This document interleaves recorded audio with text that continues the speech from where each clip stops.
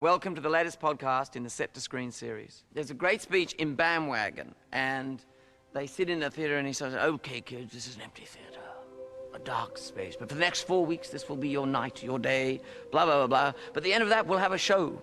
And it's a bit like this in a soundstage because it's a vast empty space, and yet you have to place a world or an environment in it. Although increasingly, this is just becoming a giant soundstage with a giant piece of blue in it. Having said that, it probably brings us to the topic of production design. A production designer is in charge of all the sets. That is the physical environment in which all the actors perform. She sees that cow there with a crow. That cow. Which one? First cow. The first cow. Right. Baz has a view about how he would like to see something, and it's my job to turn that vision into reality.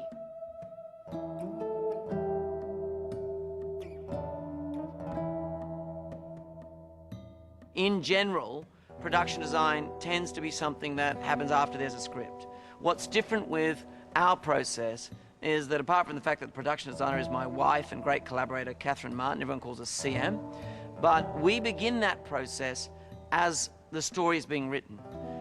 The issues of staging, you know, how to amplify the idea of a scene through staging, is something that I explore on models with CM very early on, and then we take those ideas and we put them back into the text.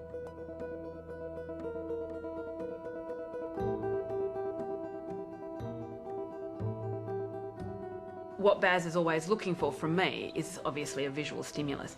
But I think that process comes really from the fact that he's an intensely visual person. Every single thing that appears visually in a film is part of a series of deliberate choices that Baz as a director makes.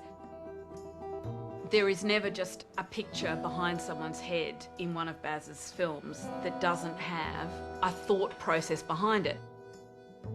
There's always this kind of endless chicken and the egg thing when we start to work together, that the images that pertain to that particular idea or story start to feed the storytelling, and the storytelling then feeds the image.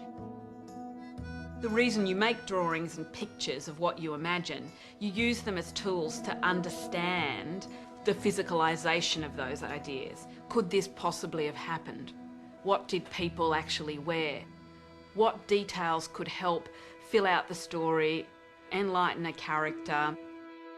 What really did happen then? What is the social context? How does that impact on the story? To get a look at them in 3D, so to speak, so you can actually say, oh, well, you know, that seemed like a good idea at the time.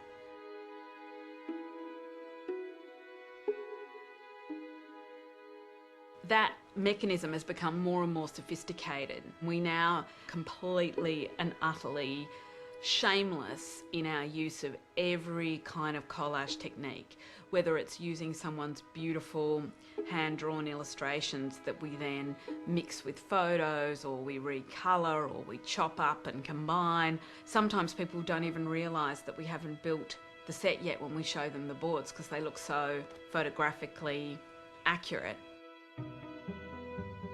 Obviously, I don't do everything myself. I have a really big team, a lot of them long-standing collaborators like my supervising art director Ian Gracie, art director Karen Murphy. I have a team of 3D artists, conceptual artists who paint pictures for me, illustrators, graphic artists, drafters, set designers. I mean, there's a very large team backing me up. The person I probably collaborate with most is Silvana Azzi-Harris, who's my long-time collaborator of 10 years and works with me on everything from concept collages to the credit roll. So she's the one constant that I have kind of from the very inception of the idea to putting everything to bed at the end of the day. The creative process is 99% perspiration and 1% inspiration. But that's the journey. The journey is having faith in the process, that you've got to keep examining every idea you have, testing it and retesting it, tweaking it. And you've also got to know when to stop, because you can overwork something as well.